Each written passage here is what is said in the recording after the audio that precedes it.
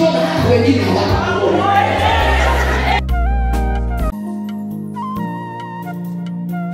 Sichukulii tu kama kitu cha kawaida. Naichukua ya kwamba ni tunuku kubwa sana.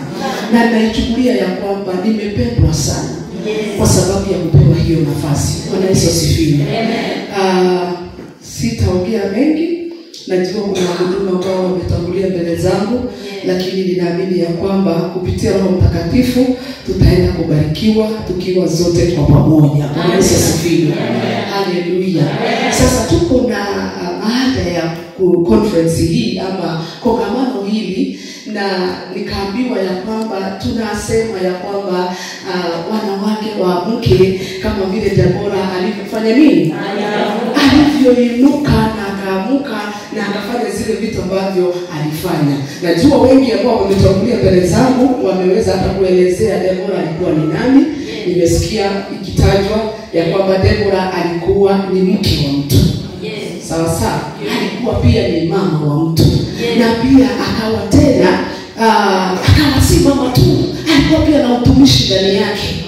Na akawa tu si kuwa tu utumishi ndani yake, pia alikuwa ni mtu ambaye alikuwa anafanya uamuzi.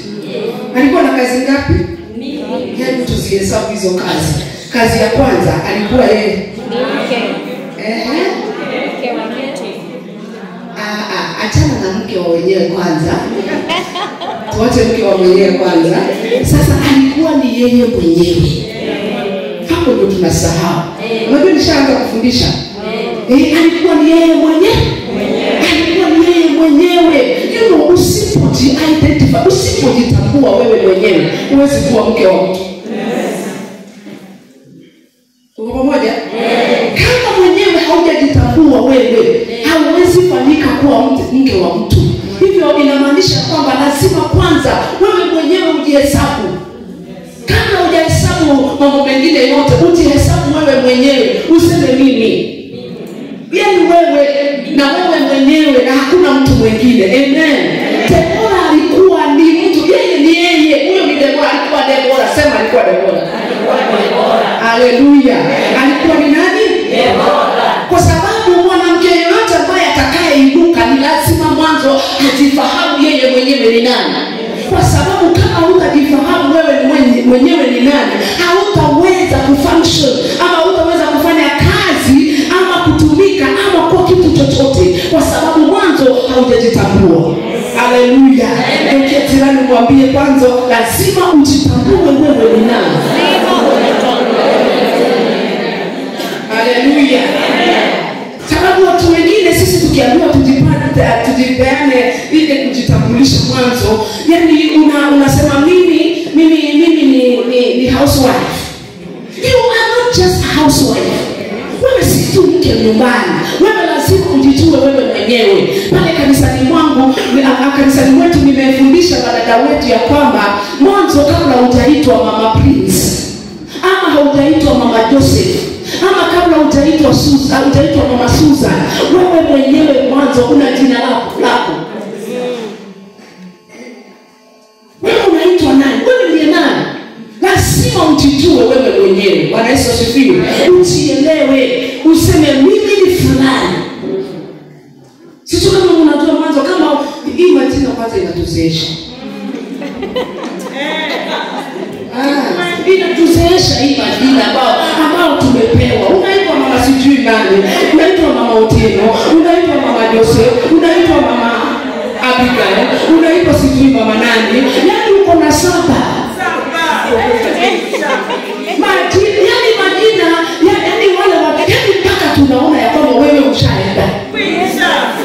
Nimekuja kukwambia aina ya Deborah lazima tujitambue sisi ni akina nani. Sababu huyu mama Deborah alijitambua yeye ni nani, na ndiposa yale mengine yote ambayo yalimfuata ni kwa sababu alijijua yeye ni nani. Akajitambua kwamba yeye si mwanamke wa kawaida tu.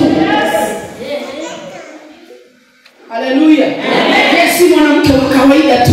Yeye alijijua yeye ni nani. Hivyo kama wewe mama utaenda kuinuka, utainuka kwa sababu ushajitambua na ushajitokeza wewe mwenyewe. Achana na watoto kwanza.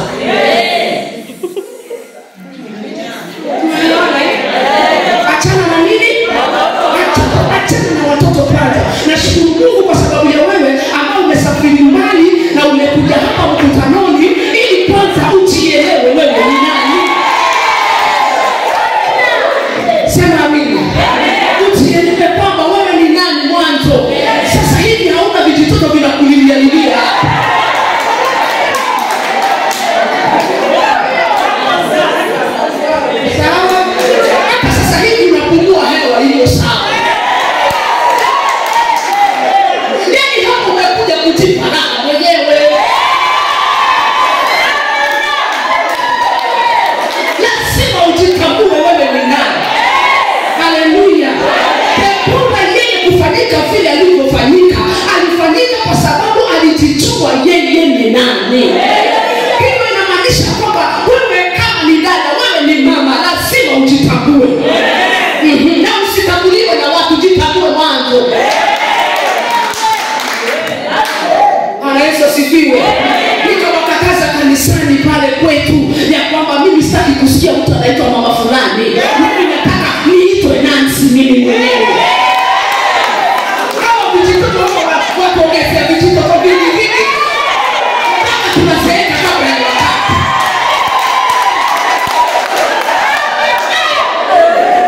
Mimi naitwa sijui mama nani, na ukitaka kuelewa hilo sijui nipe mama nani. Acha hilo.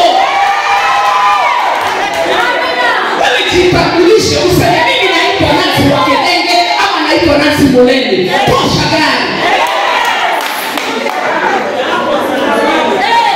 Yesu asifiwe. Lazima mwanzo wewe ujione. Usipojiona hata wengine hawatakuona. Tuko pamoja? Haleluya. Sasa mwanzo Debora alijifahamu yeye ni nani. Na ndipo ukisoma pale katika kitabu kicho cha Debora unakuta ya kwamba anatambulishwa kuitwa na jina lake. Kama sivyo? Anatambulishwa kuitwa na jina lake. Hiyo inamaanisha ya kwamba ni lazima wewe mwenyewe ujijue. Yaani ujifahamu wewe ni nani. Ujielewe nguvu zako zimefika wapi. Amen. Usipojitambua hata mtu ambaye atakayekutambua. Yesu asifiwe. Hivyo lazima wewe mama, kama utakuta kuinuka kama vile na ufanyike kwa kizazi cha Debora ambacho kilichoinuka, ni lazima ujijue wewe mwenyewe, jielewe. You must know your identity. Praise the name of Jesus. Amen. Hallelujah. Ukishajijua wewe mwenyewe utapewa majina na watu. Hallelujah. Kwa sababu unajijua. Yes. Sijui mimi ni housewife. Ati mimi ni mke nyumbani. Kabla hujafanyika kuwa mke ulikuwa msichana. Sasa kile ambacho nimekuja kuvuta ndani yako, nimekuja kuvuta yule msichana aliyekuwa. Kwa sababu katika kila mwanamke kuna msichana ndani. Sema katika kila mwanamke kuna nani? Msichana ndani. Amen. Usikubali huyo msichana kaenda. Wacha yule msichana abaki. Ndio watu wajue ya kwamba wewe upo. Debora alijua, na ndio maana Biblia inamtangaza kwa jina. Inasema kwamba alikuwa anaitwa Debora. Sasa ukirudi kufuata hivyo vingine unavifuata kwa sababu mwanzo ushajua, ashajielewa yeye ni nani. Ukietirana mwambie mama, lazima ujijue wewe ni nani. Haleluya. Kwa sababu kama hautajijua wewe mwenyewe, hakuna mtu atakutambua. Na tena wale watakaokutambua watakutambua na watakuintroduce kulingana na vile wanavyokuona. Wanakutambulisha na vile wanakuona. Vile wanavyokuona. Bwana Yesu asifiwe. Haleluya. Sasa wewe Debora, nataka ujifanyie kazi. Amen. Nataka ujifanyie kazi. Wale ambao mko na waume ambao mko hapa, nataka niwakumbushe. Ulipokutana na yule bwana. Ulipokutana naye. Yaani hakuna kitu kingine ambacho alikipenda, alipenda tu sura ya nje. Si ni kweli? Alipenda nini? Sura ya nini? Sura ya nje. Kabla hata hajakwambia jambo lolote, alikuangalia hivyo, akaondoka naye.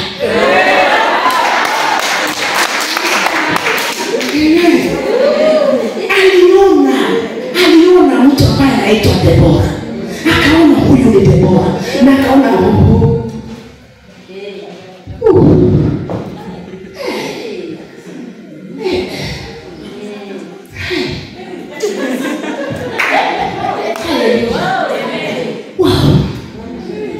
unaitwa Debora. Unaitwa Nancy. Unaitwa Catherine. Unaitwa Margaret. Naweza kukuomba namba.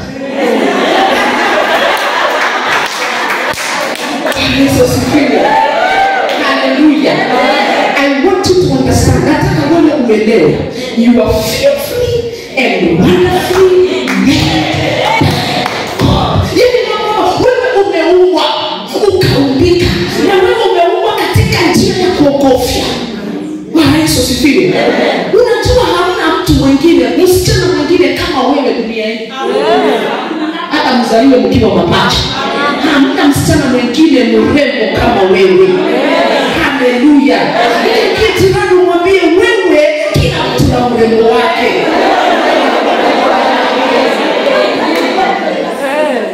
Bwana Yesu asifiwe. Kanisani mwetu nimezoea kuita watu wengi hapa na kiongea na yeye na mwambia angalia kwa mrembo. I don't do it just for doing it. Ninataka yule msichana aliyekuwa atokee. Kuita mrembo, my friend, you feel something. Yaani unajisikia kitu huko ndani. Si hiyo mrembo ndio uliambiwa na huyo mjamaa mpaka mkamfuata. Sasa kwa nini tuliache hiyo? Tukose kujitambua sisi. Unajua sisi tuliumbwa Bwana tukaumbika. Sema amen. Unajua sisi tuliumbwa tukaumbika. Mwanzo lazima Mungu angefanya mjamaa lala. Ili anapotutengeneza asitue siri. Ya vile tunavyoumbwa. Na ndio maana Mungu akamfanya kalala usingizi, kwa sababu sisi Mungu hakutaka siri zetu zijulikane. Na ndio maana wakati mwingi unasikia wanaume wanasema kwamba mimi hata mimi wanawake siwaelewangi. Hawatawaelewa. Unajua mimi siwaelewangi. Hawatawaelewa. Na ndio Mungu akaamua walale. Bwana Yesu asifiwe. Walale mpaka Mungu mimi nishughulike, nimalize biashara yangu ya kutengeneza hichi kiumbe ambacho ni kizuri, ambacho ni chema, ambacho takipendeza. Bwana Yesu asifiwe. Nimekuja kutoa huyo Debora yuko ndani. Na lazima huyo Debora aonekane na atokee, na akitokea atafanya maajabu. Amen. Na kuombea ushiko na roho ya Debora. Na kizazi, atoka kizazi cha Debora. We must be Deborah generation. Amen. Hallelujah. Amen.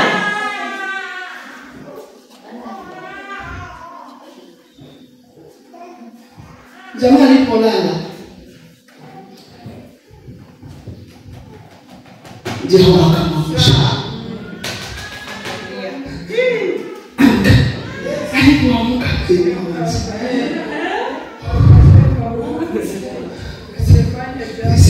akasema hii si ya kuaminika. Hii si ya kuaminika. Kwa sababu huyu vile ninavyomwangalia, mwanzo hata fanani na mimi. Sababu vile mimi nilivyo, mimi hata nikienda huko mbele ama nikienda na huko nyuma, watu hawajui kama ninaenda ama narudi. Kwa sababu kote kuna fanani. Si kweli? Kote kuna fanani. Lakini Debora alipoinuka, sema kuinuka. Debora alipoinuka hivi, huyu jamaa kainua macho, akaona mwanzo kwamba huyu mrembo akona kitu inaitwa life support.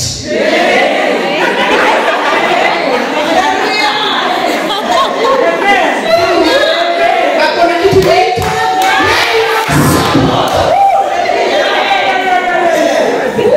Yes, yes, you. So talk to your neighbor, tell your neighbor, I have life support. That's why I am special. Hallelujah. I have life support.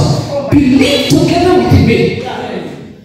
That is from when you breastfeed your baby. Is that not life support? I have life, so I am special. Mimi ni mtu special kwa sababu niko na kitu inaitwa life support. Hallelujah. Pia Mungu akakutengeneza wewe mrembo. Hallelujah. Akakutengeneza wewe mrembo. Nini kuwa na utofauti wa mbele na wa nyuma? Sawa. Kama nilifanya makosa kukuja na hii lakini nataka nikwambie, ukiniangalia vizuri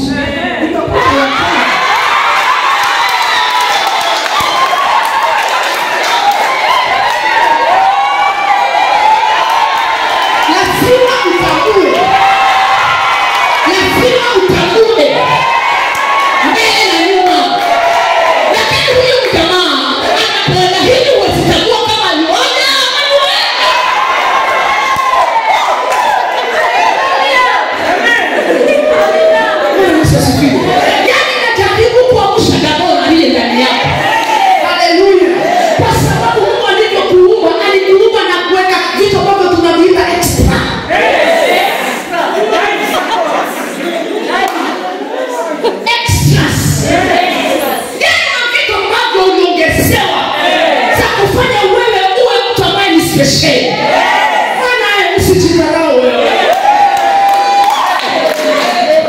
Unakuambia usijidharau. Ninasema ujiheshimu. Haleluya. Sasa ukijiheshimu hivyo kwa sababu hiyo tuko bado pale kwa kujitambua ukijiheshimu hivyo bwana utajiweka vizuri. Sasa kwa umefika utajiweka vizuri. Utajiweka vizuri. Kitu ambacho ni kitu cha thamani. Kwa sababu Mungu aliona huyu ni mwanaume haya sasa nimemuumba. Mungu alipoumba mwanadamu huyu wa kwanza, huyu ambaye tunamuita huyu bwana Mungu alifanya aje? Alichukua yale majivu akachukua, na unajua alikokota tu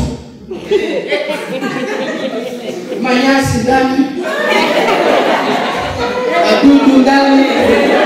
Ama ukichukua mchanga unachagua wewe? Hauchagui. Wewe unachukua kila kitu, mawe nini. Na ndio maana unaona kwa kile pia milio ni migumu sana.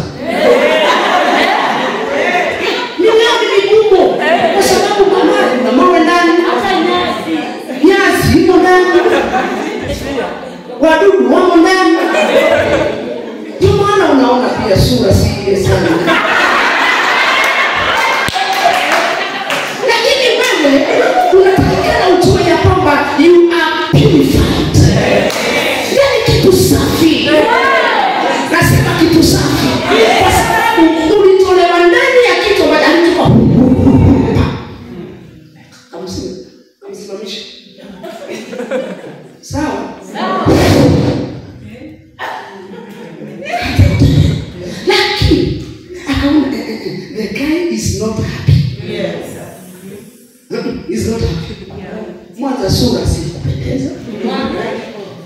Akaona fanya hivi. Wacha nijaribu kuchangamsha huyu mtu. Mama kazi yako ni kuchangamsha.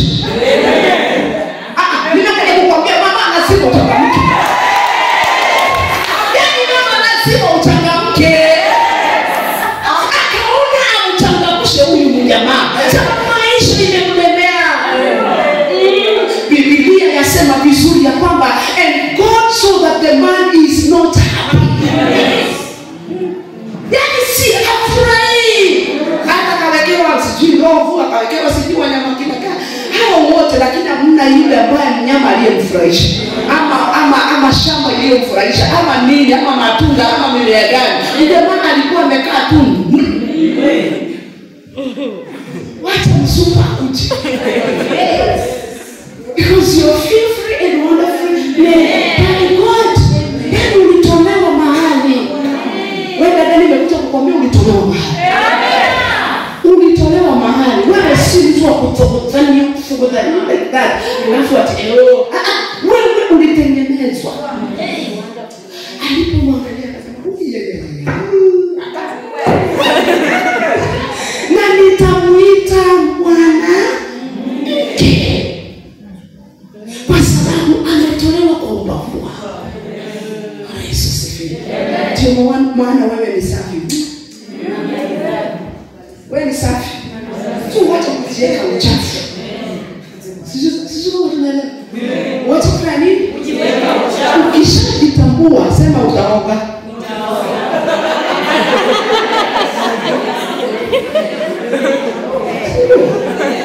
Nakwambia mama ukishajitambua wewe sema utaoga. Kabisa. Na kuoga una siri. Wewe mjua wewe. Akamshauri nani? Akamshauri Naomi, akamshauri Ruth. Akamwambia angalia tu hivi. Usema tu kwa unahitaji mtu. Ruth, nikikuangalia tu hivi. Unahitaji mtu.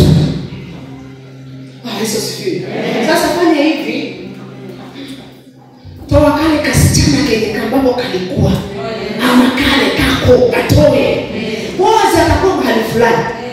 Na nataka ufanye hivi. Sema simple instructions.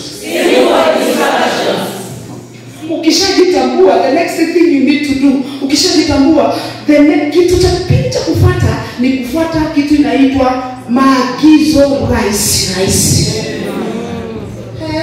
Unafuata ile rahisi. Akamwambia sikiza nikwambie, mimi nikikuangalia hivi naona wewe unahitaji mtu. Na ninaona hivi, sikiza nikupe habari, umwendee Boaz. Na ukimwendea mwanzo kabla oga. Okay, tayari mwambie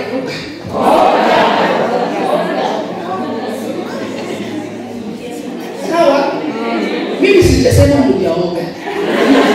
Hiyo sijasema. Sawa, tuko pamoja. Mimi kusema sijasema hamjaoga. Lakini sasa najua mmeoga. Sababu mko conference.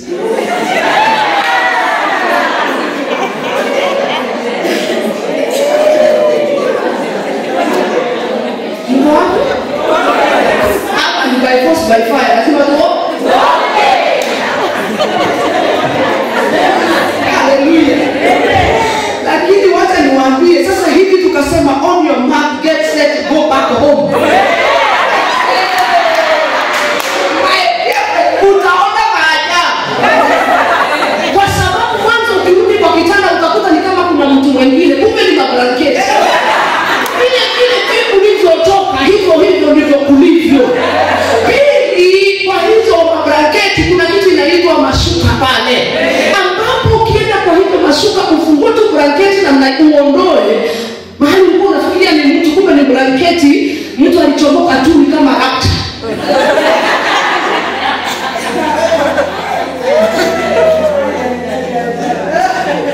Alafu kafungua kale ka blanketi, unakuta pamejichora kwa mtu. Kichwa, mwili, miguu. Sasa hapo kama mtu kwa bed sheet imeboka mezika jakutana na mpaka imejichora kama sana. Hii tukisema on your mark to run home, I'm telling you, mtashangaa. Mimi sijasema hamjaoga. Usinichukulie kwa makosa. Kuoga mmeoga nayo. Lakini nakwambia tukimaliza conference unaweza kuona maajabu. Bwana Yesu asifiwe. Sasa Ruthi akamwambia huyu, akaambiwa wewe enda uoge, baada ya kuoga ufanye nini? Ufanye nini? Ujipake mafuta. Si ndio? Ujipake nini? Mafuta. Dada acha kujipaka mafuta mpaka hapa.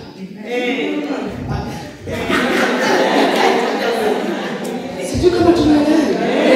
Acha kujipaka mafuta mpaka wapi? Mpaka hapa kwa magoti. Sawa sawa? Enda toa nguo zote hizo. Anza kazi. Jipake mafuta. Ukiguswa hivyo unakuzika.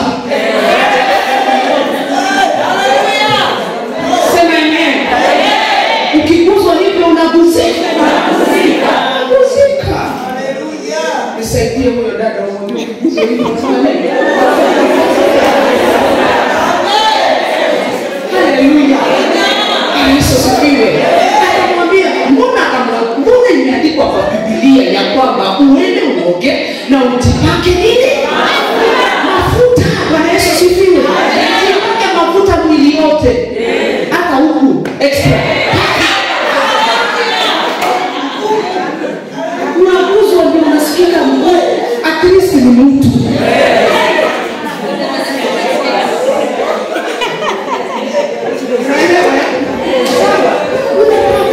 Unapaka mafuta. Yaani mpaka hata mtu akiguza nasikia ni mtu. Bwana Yesu asifiwe. Haleluya. Amen. Na wale ambao hamna waume usinichukue vibaya. Wewe ni mama, utafundisha wasichana wako. Soma kabisa hapa. Ukirudi pale nyumbani, fundisha wasichana wako. Wasiende wakakurudia. Amen. Kuna wasichana wasiolewa hapa. Mpo? Mpo? Imagine wapatia counseling ya bure. Mkienda kwenu ninyi hata mko afadhali, mko kama sisi wengine tuliolewa bila mashauri. tulijikuta. Sawa sawa. Wewe shukuru Mungu hautajikuta. Umekuja hapa umefundishwa. Na imagine tabia yangu ni kwamba mimi huwa sitaki wasichana na wamama. Nataka asikie. Akienda kule afanye vile alisikia. Sawa sawa. So kaa hapo na ujue ya kwamba watu hujipaka mafuta mwili yote. Nakuta mtu amejipaka mafuta. Akiambiwa aziondoe hizi. Yaani unakuta kuna utofauti wa hapa na wapi? Deborah alijitambua. Yaani nataka mama wewe ujijue. Yaani nataka mama wewe ujipende. Kwa sababu kama hautajipenda hutapendwa. Hakuna mtu atakupenda. Mimi najipenda. Kusema tu kweli. Najipenda kabisa. Kitu kizuri ni ile nini? Wacha hivyo tunapeana yote. Kula mwanzo. Unaona sisi tuna tabia ya fulani. Hata sasa unagawa wewe unakula shingo. Ushindwe wewe katika jina.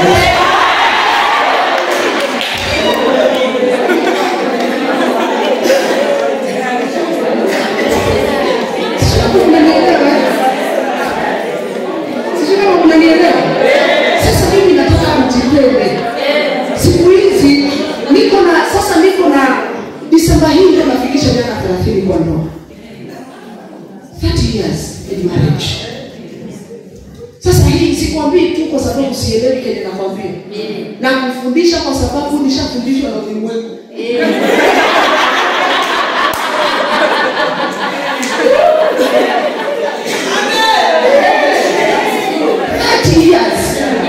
Nilifika mahali mama nikasema sasa it is wewe Nancy ujishughulikie, jipende.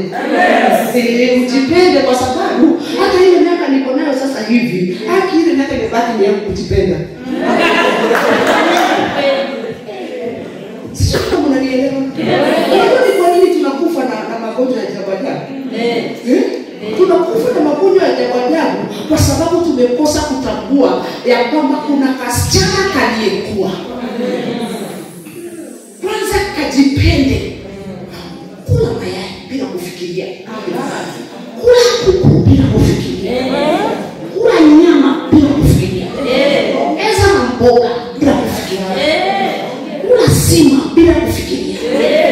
Ukishiba anza kufikiria.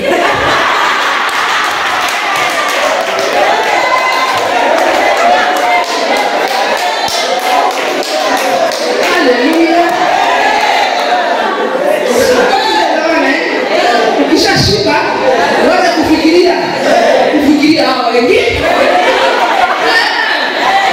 Sasa Yesu sifiwe. Nilipokukua hiyo mimi hakuna kitu siitishi huyo bwana. Nakuitisha kila kitu. Nikisikia mwili wangu hata anashuhudia kanisani anasema huyu mama yenu huyu anafikaga mahali ananiambia anasikia mwili wake unataka kukula lollipop. Na wacha niwaambie niguse mtu it is true. Kuna wakati mwili wangu unafika mahali nasikia nataka kukula lollipop. Si kitambo sana nimemwambia nikaenda tukaingia supermarket na yeye. Tukachukua pale kwa kumalizia kachukua lollipop. Wewe hauko unanunulia mtoto wako lollipop? Hebu tuongeni kweli. Tutakuja hapo mama. Tutafika hapo. Hauko mpaka na lollipop. Sio unang'ang'ana mpaka unanunua. Hata unapunguza maziwa unanunua badala ya lita moja unanunua kirigota. Hiyo ununue nini? Lollipop. Ununue lollipop. Sasa hapo ndo kasichana wakati mwingine anaongeanga anaitisha nini? Lollipop. Nikaitisha lollipop. Nikaeka hapo kwa basket akaenda karibu njoo. Na tuko na kijana wangu niko na kijana mdogo hivi. Tuko na nikachukua ngapi? Ni sikuchukua yake. Sikuchukua kwa sababu unajua hakuna lollipop. Tukaingia kwa gari nikakaa pale mbele. This is my driver. Mimi nikatoa lollipop nikaka kwa mdomo.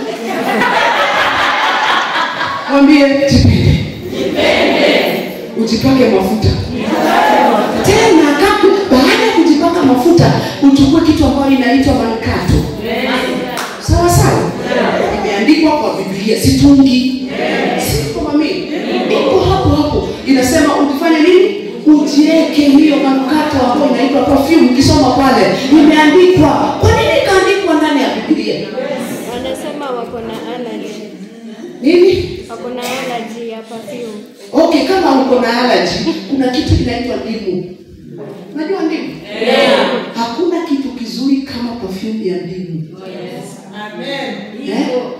Uko nataka kunichenga na kunisha. Chukua ndimu mama. Finya ile ndimu. Sasa, finya nini? Ndimu. Hiyo ndimu. Chukua hiyo ndimu, finya hapo ndani. Finya hapo. Eka haya maji kwa kachupa. Wakati ambapo unatoka, chukua huko tu ndimu, jipake. Nisaidie. Jipake. Nakwambia, nani anajua ndimu kunukia vizuri sana? Ndimu kunukia vizuri, unajipaka, unasikia kitu kama uko fresh. Sawa? Sasa achana na perfume. Achia wale. Sawa, wewe chukua ndimu, finya ndimu, ukifanya nini? Ukikosa tena, ukiendelea zaidi, chukua hiyo ndimu. Unaona uko pale? Fanya aje?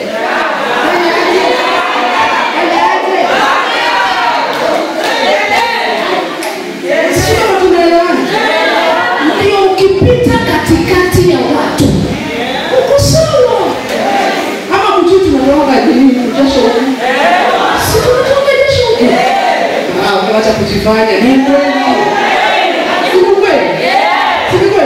Fanya hivi.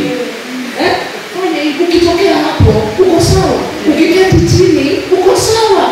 Ukiruka, uko sawa. Muulize wewe jirani, umesikiaje?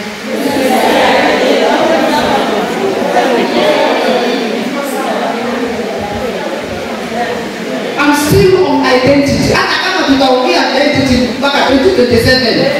Sawa. Bora huyu msichana atoke ndani. Sawa? Bora atoke ndani. Atoke ndani. Bwana Yesu asifiwe. Huyu Debora akajitambua. Bwana Yesu asifiwe. Alipojitambua, hapo ndipo sasa akajijua. Alipojijua akajua, na sasa mimi Debora naweza kufanya hatua ya pili. Hatua ya pili alikuwa nani?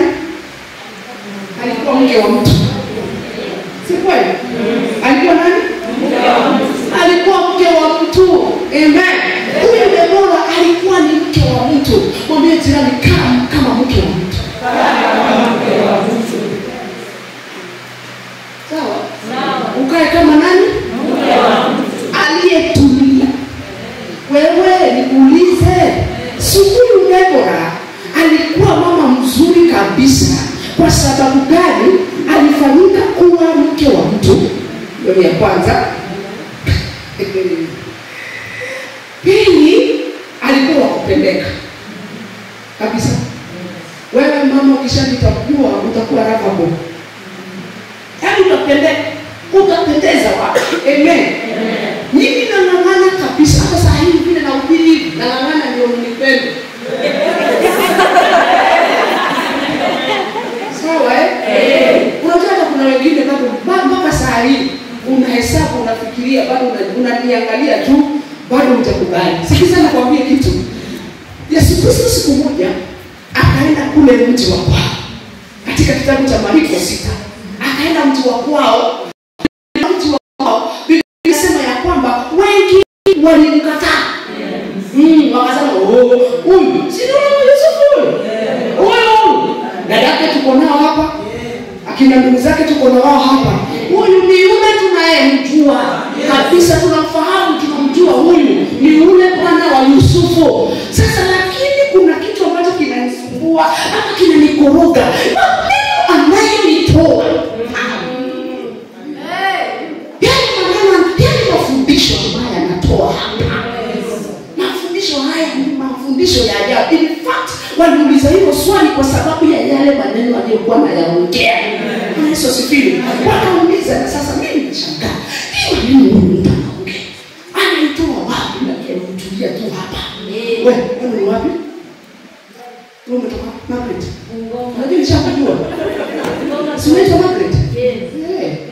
Ama mnafikiri sifanyi homework nikiwa hapa? Mimi mwalimu mzuri. Nimemjua tu nikiwa hapa madhabahu. Anaitwa Margaret. Margaret. Wewe umetoka Bungoma.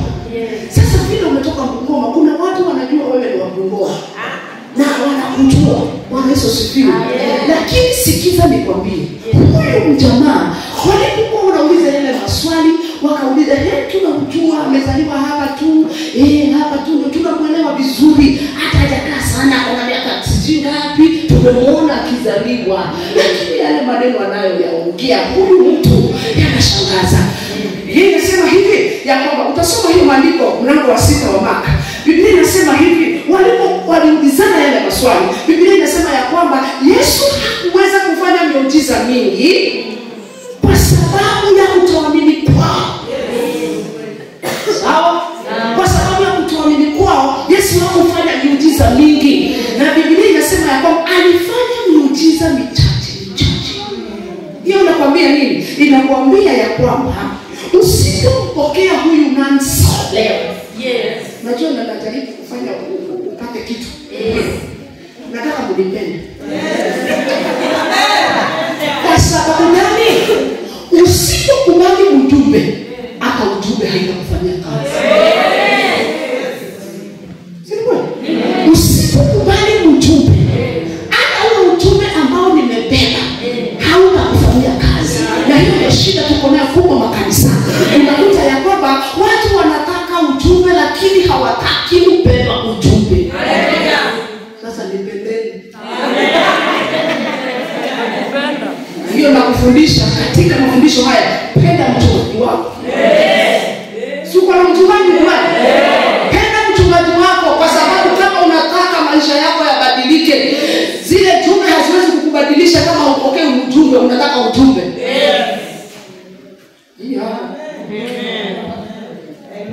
Sawa? Lazima upende mjumbe kwanza ndio ujumbe ukufanyie kazi. Kama ndio maana Yesu angeweza kufanya miujiza mingi kwa sababu ya kutokuamini kwao, ya kwamba wanamuona ni huyu tu, alipapa tu Bungoma. Sasa ni nini tunamjua, tunamuona akizaliwa, lakini ujumbe aliyekuwa ameubeba ndio huu tuko nao leo. Yesu asifiwe. Amen. Alipendeka. Yesu asifiwe. Ndio maana akapata mtu kwa sababu ya kupendeka. Ndio nakwambia kama utaenda kuinuka wewe kama Debora, ni lazima ujiweke katika sehemu ya kupendwa. Lazima ujiweke katika sehemu ya nini? Mimi nimekuja kuambia mjipendekeze. Lazima mjipendekeze, yani uwe mtu wa kujipendekeza, mtu wa kipendekeza. Uwe mtu wa kipendekeza. Yani ukimahali pote weenda. Wanaenda Nairobi weenda. Wanaenda Kisumu weenda. Wanasema ni Mombasa twende. Haleluya. Yesu asifiwe. Amen. Sasa kama Margaret angekuja ningemjua. Mimi nikienda Bungoma nisingeenda kutafuta Margaret. Sasa wewe wale wakae huko nyumbani. Wale wakae huko. Yesu asifiwe. Wacha tujipendekeze, hata wewe mwenyewe wewe mama, nenda kujipendekeza kwa mchungaji wako. Nenda kujipendekeza. Haleluya. Nenda ujipendekeze, jilazimishe kwake. Divorce. Hata kama hujaipo itika.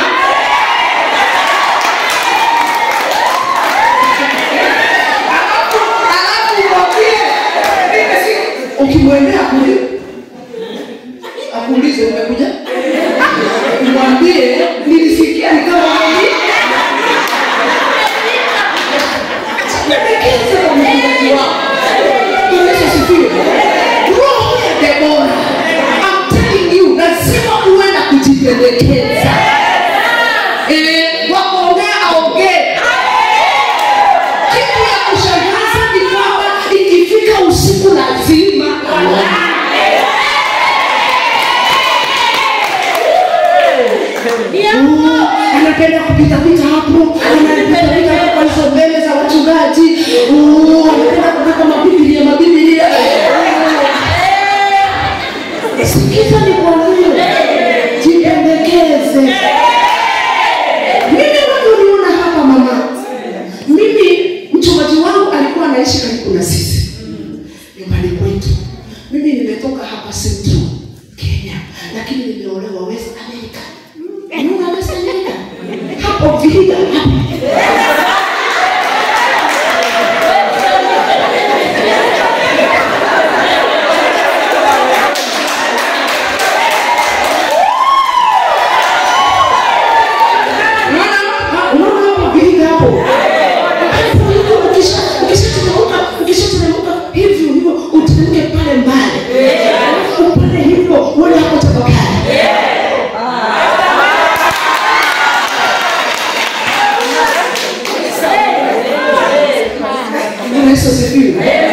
Yaani nimekuja kukuambia wewe ukishainuka, yaani demoni yoyote atakayeinuka ni lazima atipendekeze.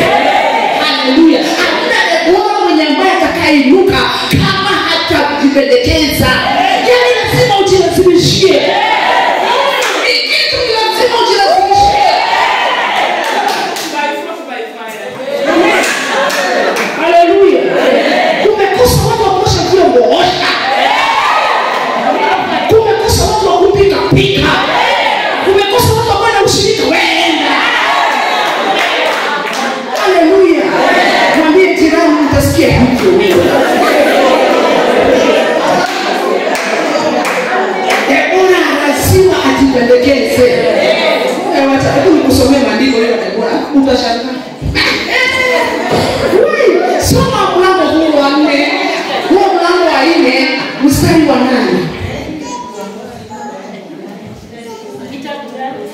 Hiyo ni kitu inaitwa Judges. Uko tu pale kwa ile filmu yetu hapo Judges. Soma hapo mlango wa 4 mstari wa ngapi? Mstari wa 8. Unakuta na Biblia Kiswahili. Mlango wa 8.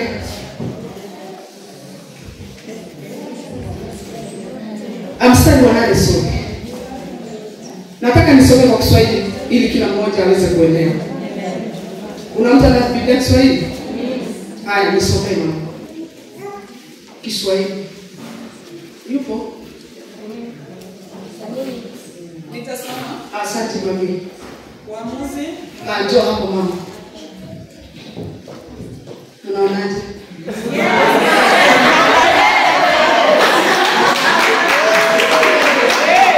So nataka nikusomee akiwa kule huko nyuma. Mtajuaje aliumbwa kwa ubibi? Waamuzi mlango wa 8 mstari wa Waamuzi mlango wa 4 mstari wa 8 inasema hivi, Baraka akamwambia, kama utakwenda pamoja nami ndipo nitapokwenda, bali kama huendi pamoja nami mimi siendi. Basi hapo dada. Sasa sikiza nikwambie. Huyu ni Baraka. Alimwambia Debora, sikiza nikwambie mama. Mimi kama hautaenda sieti. Mwanaume mzima.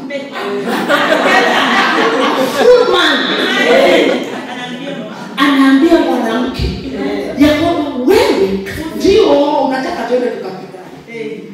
Hiyo sikatai. Hiyo nayo iko sawa. Sawa? Na akampanga akamwambia sisi tuchukue maelfu ngapi ya watu ndio fanye nini? Lakini akamwambia hivi. Lakini kama wewe Debora hauendi, huyo ni lazima awe ni mwanamke aliyependwa. Yes. Si kweli? Yes. Mpaka miguu ya wanaume hiezi tembea. Si lazima walipendwa. Sasa mimi nimekuja kukwambia wewe Debora, kama utainuka, wewe ni lazima ujifanye kabisa mpaka upendwe. Sawa? Wote hizo za wewe kukaa tu kanisani you do nothing. Hamna kitu ambacho unafanyanga. Kusema tu kweli hatutakupenda. Hapo sasa. Sasa hatakani ndio angalie. Hapo sasa. Hatukupendi.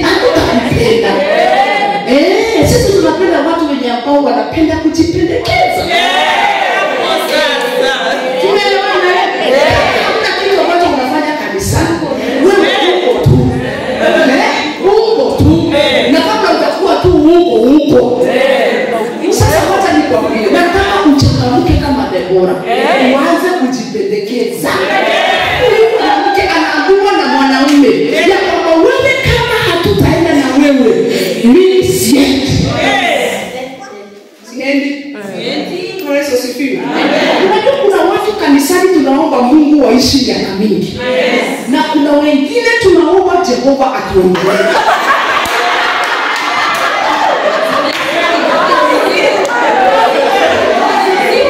Usikuwa mmoja wa wale ambao tunaomba Jehova atuongoze. Haleluya. Sasa huyu ni mwanamke. Nataka uone huyu alikuwa mwanamke ambaye ni wa kupendwa. Aliyejipendekeza mpaka akapendwa. Wanaume hawawezi enda mahali bila ya Bwana. Mimi nataka niwe kizazi cha Bwana. Nataka niwe kizazi cha Bwana. Ya kwamba watu watakuwa wanasema sisi hatuendeki Nairobi kama wewe uendi. Yesu asifiwe. Hatuendi Mombasa kama wewe. Na hapo ndipo watafika hata wale ambao mko na waume na wale ambao hamuna, mwanzo kujiandaa mfanye matizi ya kujipendekeza. Sawa ili ukipata akikukamata hivi akupende kabisa ya kumaliza. Sawa sawa. Na wewe mwenye uko naye na kutuma home uende ujipendekeze. Hebu niwaambie mama, wacha nikwambie ende ujipendekeze. Huyu mambo hata sijui hata nitaanzia wapi. Huyu hata sijui nini. Wewe enda anza kufanya kujipendekeza. Sawa sawa. Utajipendekeza namna gani? Namba moja utakayofanya zip. Acha pepepe. Wacha nini? Fanya aje? Zip. Ongea when necessary. Sisi kama tunaelewana? Wacha kumwaga kila wakati. Sawa sawa. Ongea wakati inahitajika. Inahitajika. Bwana Yesu asifiwe. Na tena badilisha lugha. Tengeneza ulimi.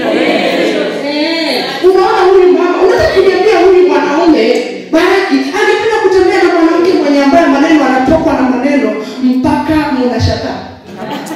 Unachukua mwanamke unaweza kama sisemi nini. Hapo sijasema nini. Nimesema unajua kuna wanawake wenye ambao wanaweza kutoa maneno mpaka ushangae. Unashangaa kabisa. Huyu naye anatokea wapi? Sawa? Alitokea wapi? Kwa sababu yale maneno naangusha. Ni kama course mtu amefanya for 4 years. Yaani anakulianga hiyo course. Yaani unaweza kuwa neno na mwanamke, yaani kuliange kama course hiyo.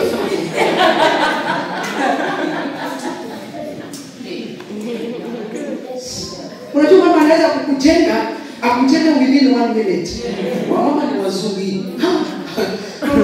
Mama ni wazuri. Wanaweza kukujenga. Yaani amudia kwa yule mume wangu. Sababu nimejenga sasa hivi. Si nimejenga wangu sasa hivi. Yaani mume wangu. Mume wangu nakuambia. Yeye anaonjanga chumvi na sukari. Nzuri. Unaeleza. Wacha kukusanya kidogo hivi. Utajua mtu hivi. Yaani anamtoanisha. Anamtoa. Hata ukiona vile mume wangu ni mrefu. Ni hewa.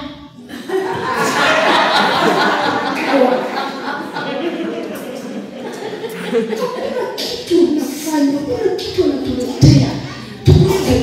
Yaani hiyo mambo yote unaona kwa hiyo boma. Unamtoanisha. Na kesho uko na yeye. Nasema hivi. Si ukutana na mama. Na kesho yake ndio wewe kurudi.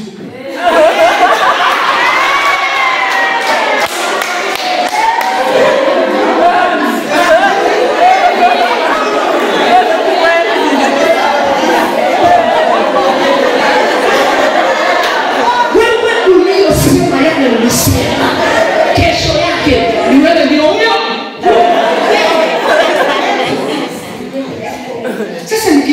tukienda na tukikuangalia uko sawa kweli? Hapana. Uko sawa? Sasa wewe kama unataka kuinuka kama Debora. Sawa sawa.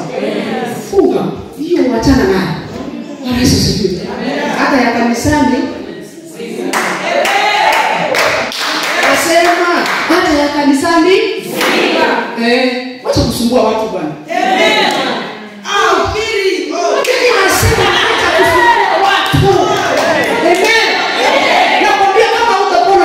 Utakufa. Ili kama itakuponya hii. Ukaenda. Utakuombea. Wao ndio wale tunaombea wao. Mungu ameshughulika watu kanisani. Yaani kuna kitu cha watu ambao utakiona unyamaza wewe. Yaani nikonde uongee. Niongeze uongee. Nibarikiwe uniongee. Nitumike uongee. Wewe nao unatubo. Haleluya. Hapo unatubo.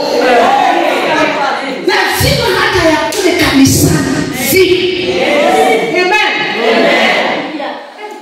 Uko ni kweli nyumbani. Baba yako atakiwa kipofu. Bado baba. Anasema tena babako ama mamako akiwa kipofu hivi, bado ni mamako, bado ni babako, huyo ni mzazi wako. Tembea naye kwa mazito, kwa mazuri, tembea naye. Amen.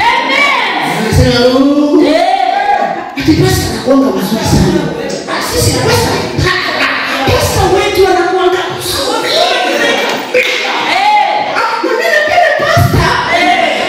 napenda pasta kabisa. Lakini wacha nimwambie mama pasta.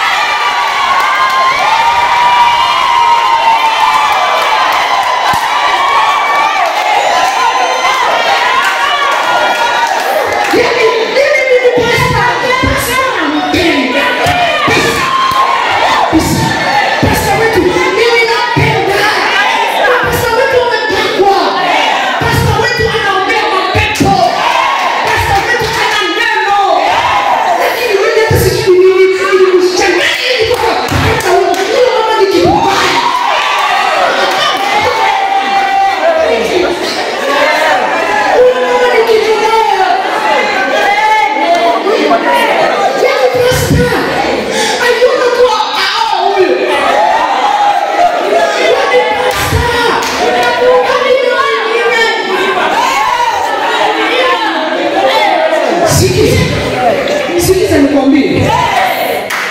Kama pasta wenu ni mzuri, pasta wako ni mzuri, anatoa mapepo. Haleluya. Anaponya wagonjwa. Penda kile anapenda.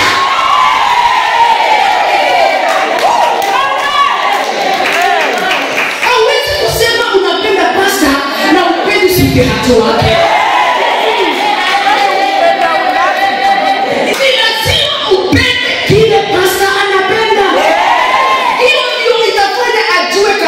Unampenda. Kwa sababu gani? Wewe usipopenda kile pasta anapenda, hata ona udhamana wako.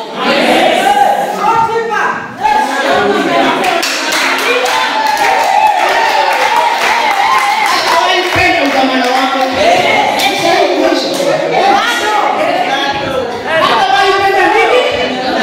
Hawaipenda udhamana wako. Bwana Yesu asifiwe.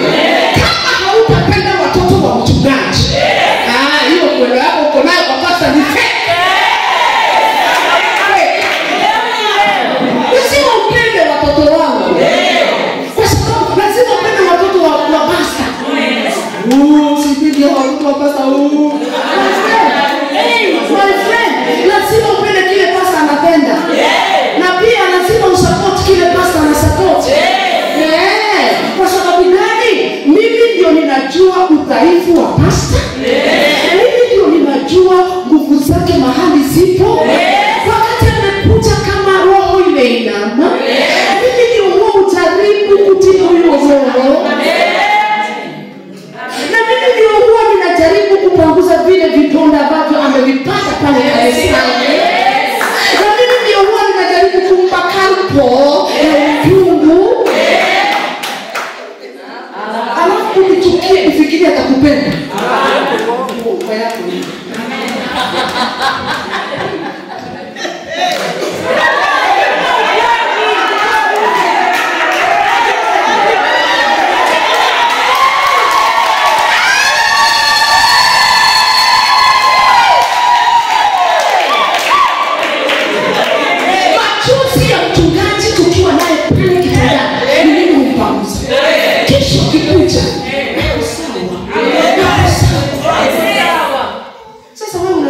Upako iko hapa.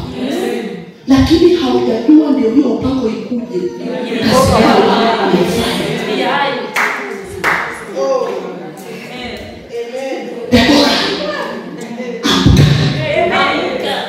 Nasema Debora. Usidanganywe na watu kuhusu kuongea nyumba ya mchungaji. Usidanganywe. Amka Debora, wacha kulala. Amka. Kwa sababu gani? Shetani anataka ushike nyumba ya mchungaji, ugonge. Na Biblia inasema ya kwamba ukishagonga mchungaji kichwa, roho zote wote wanatawanyika. Okay, wewe unatafuta nini kwa nyumba ya basi?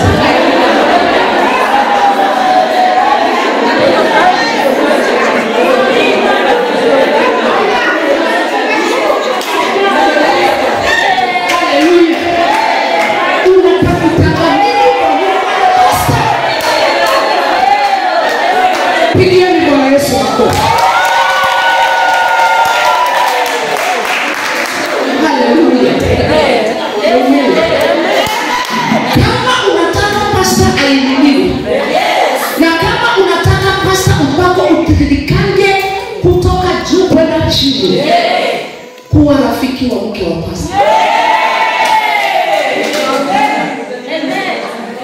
Jua amekula nini?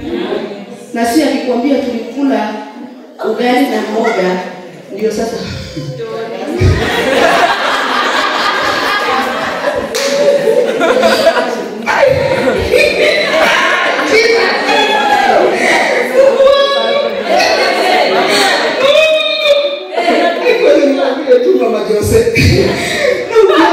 Ukiona hawa wake wapasa wakikaa kwa viti za mbele. Mungu wangu walikuwa sukuma.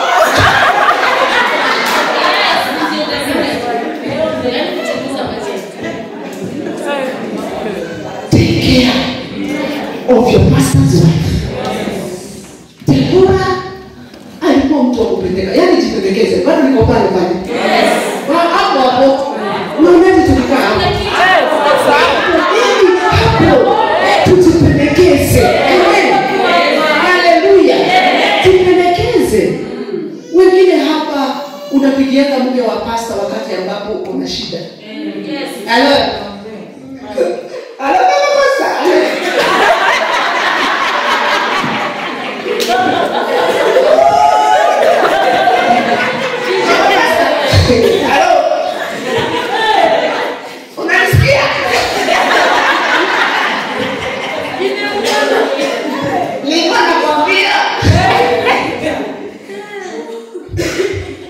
Niko nje.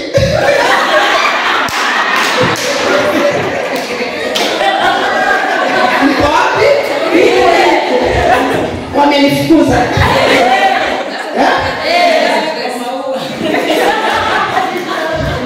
Mama pasta. Unaenda niombe hapo kidogo. Yaani wewe unaweza tu kuingia mke wa pasta wakati unashika. Lakini wakati ambapo unazaa haujui mke wa pasta. Sasa ndio wewe unakula unashiba. Uko na nguvu ya kuongea kuhusu mke wa pasta. Ushinda kabisa katika hili. Unashindwa. Unajua kile unafanya? Utarekebisha. Usishindwe. Sema mimi nitainuka. Na mimi nitasimama na mke wa mchungaji. Nitapenda mke wa mchungaji kuliko kuliko mchungaji. Kwa sababu hata pasta atakapoona ile upendo uko nao kwa mke wake, shamaliza. Siku ndani unaenda kile anapenda. Kama huko umeandika hiyo, andika hapo chini. Andika na kungojea uandike. You love pastor's wife because that is what pastor loves. Yaani upende mke wa mchungaji kwa sababu huyo ndio pastor anapenda.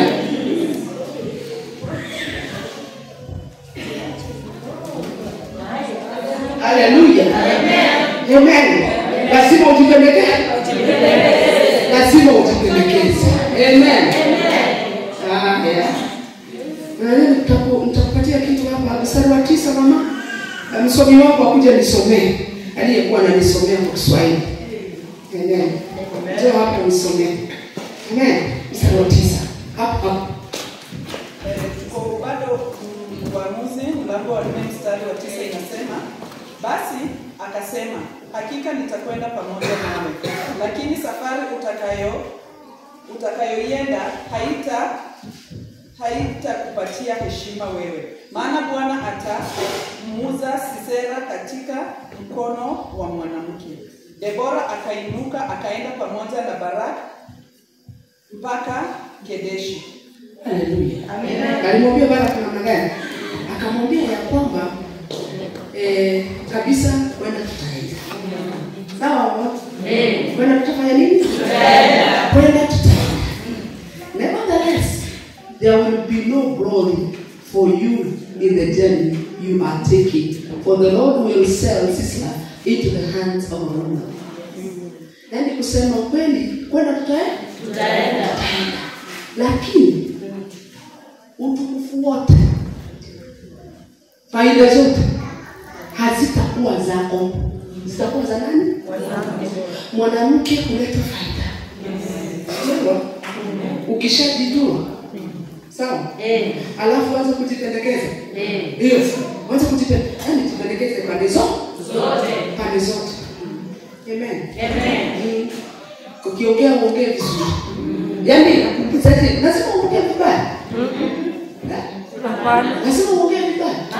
Sasa mimi nawatuma na wapea homa. Ukirudi home, enda uanze kuongea vizuri. Hiyo kuongeanga tu mbaya, achana tu nayo. Hakuna mahali itakupeleka. In fact, hata utawahi graduate.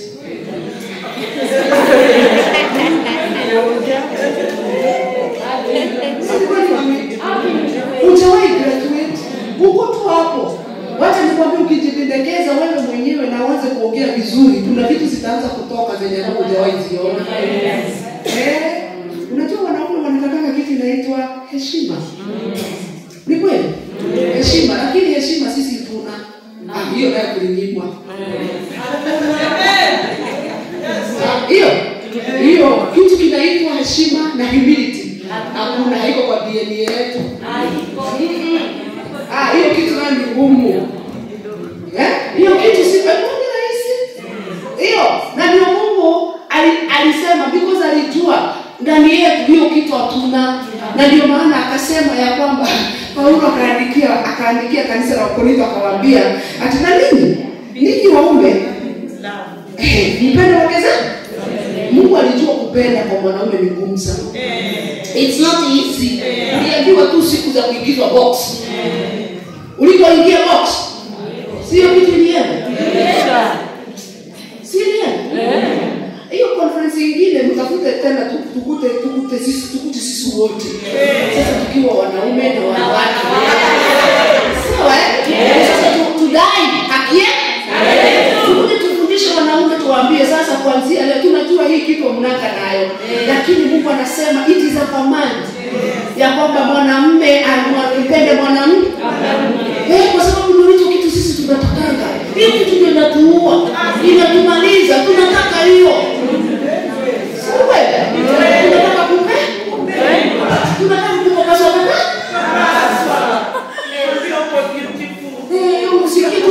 Mtu anakwambia hapo tu wewe uko beautiful. Sawa sawa. Alafu sasa ukiambiwa wako tu uko beautiful, mpaka mwenendo wako unabadilika.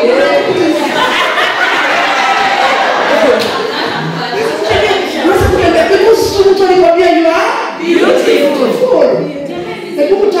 neighbor na umwambie you are beautiful.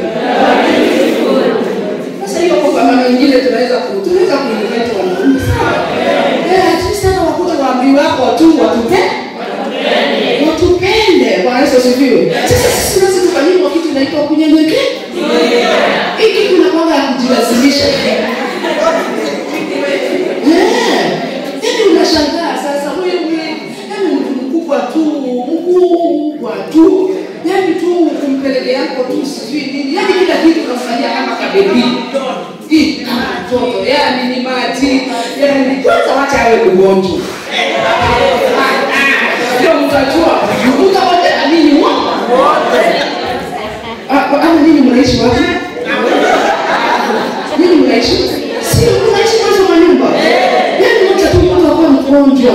Sasa ndio mtajua. Yaani sasa na wewe ukiwa mgonjwa.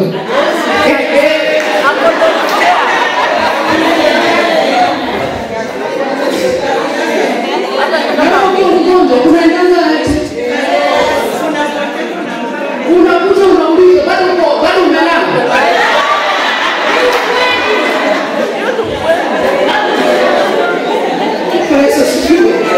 Haleluya.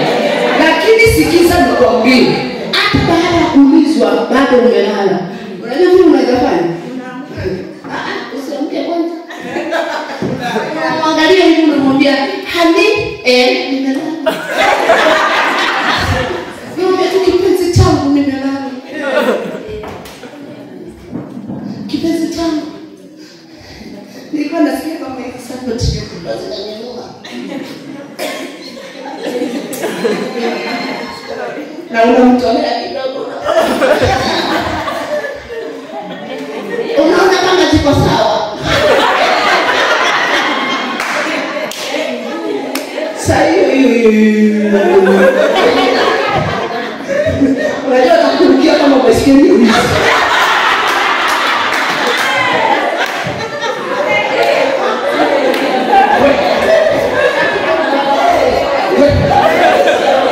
Usiwe kusema nilikwambia hivi. Wewe mjue tu umesoma masomo, umegraduate, na umeinuka, na tena umebadilika. Wewe unaitwa Deborah generation. Kizazi cha Deborah. Deborah they are wise. Wise women. And that's why she was a judge. Jamaa akawa nani? Hakimu. Sawa. Alikuwa nani? Hakimu. Hakuna hakimu mjinga. Sio? There is no lawyer, there is no judge who is foolish. Lawyer ni mtu mwenye ambaye amesoma. Sasa nataka usome kwa hii klasi yetu ya maloya. Amen. Asalimia roho ya mwenzako.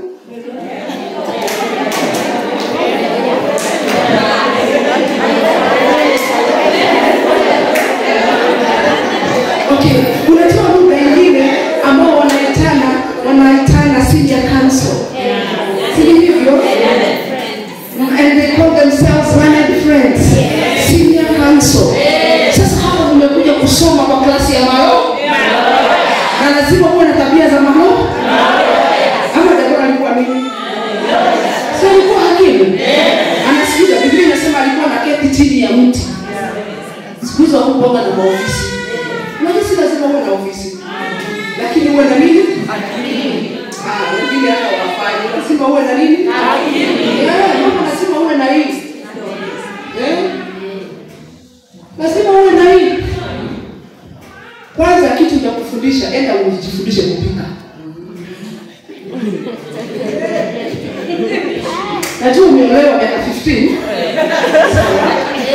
Najua wengine kama sisi tuko na 30 sawa. Najua wengine mko na 28 hapo. Wengine mko na 5 ndio mnakaa. Wengine nao mko na kitu kama 20 hivi. Lakini nataka nikwambie kitu, mama, enda ujifundishe kupika. Hii ni ukweli. Ukipata mahali kunafundishwa mambo ya kupika, ingiza mdomo. Hapo. Wewe ingiza kichwa afadhali ufinywe kidogo.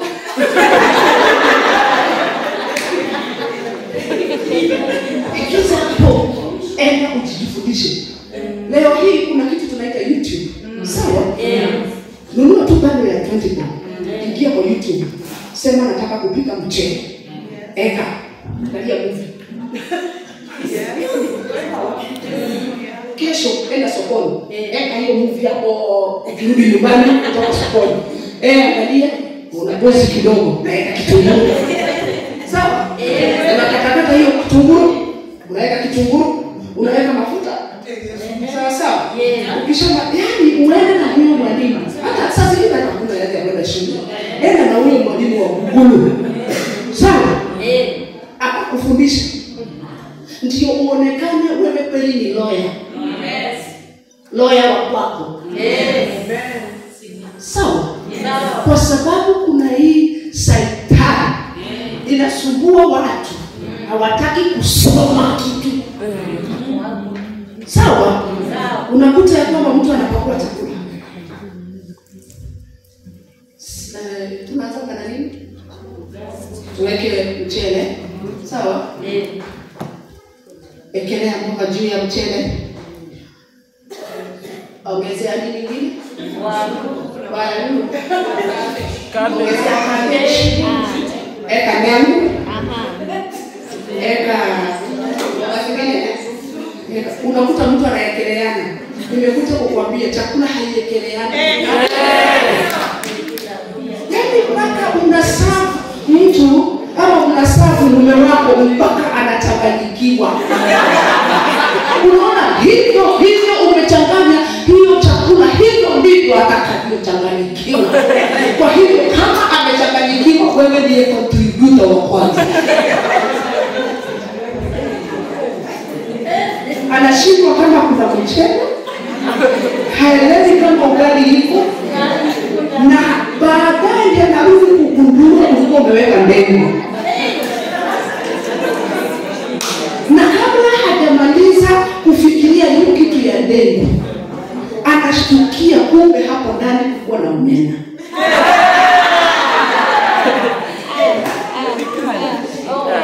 Nikuambia chukua sana. Pika chakula. Leo hii Mungu ametusaidia. Uko na sufuria kama 5. Si kama zile siku za zamani tulikuwa tunaosha sufuria, tupike ile na ingine na ingine. Sasa hii Mungu ametusaidia. Kidogo tu Mungu ametusaidia. Chukua hizo sufuria. Acha kushanganya kwa chakula.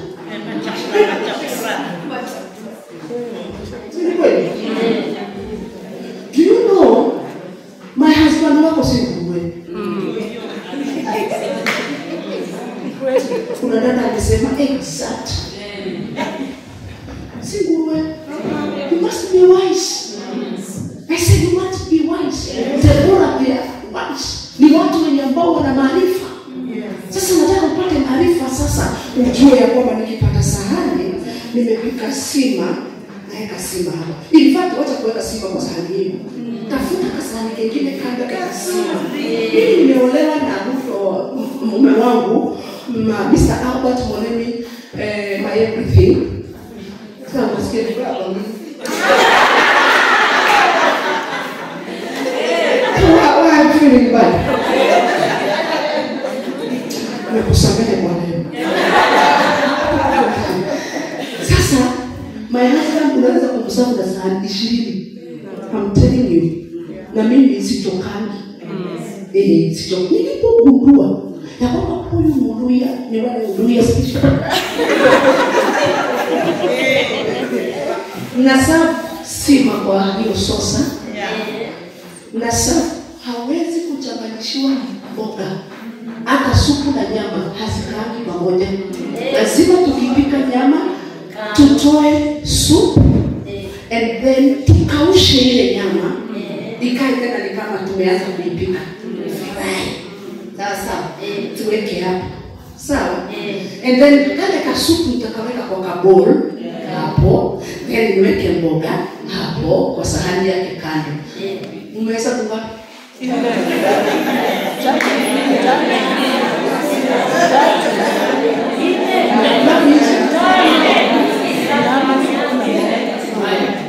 Mama shikilia hapo. Umeweza kungapi mami? Ile. Ongeza glasi ya maji. Sawa sawa. Ongeza chai ya mkarangoni.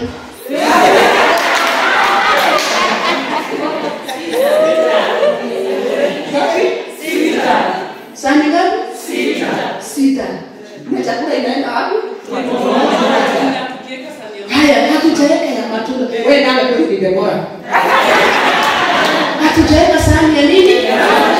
Sahani ya matunda hapo hatujaweka. Sawa? Hizo ni ngapi? Sahani 7. Mwanaume mmoja.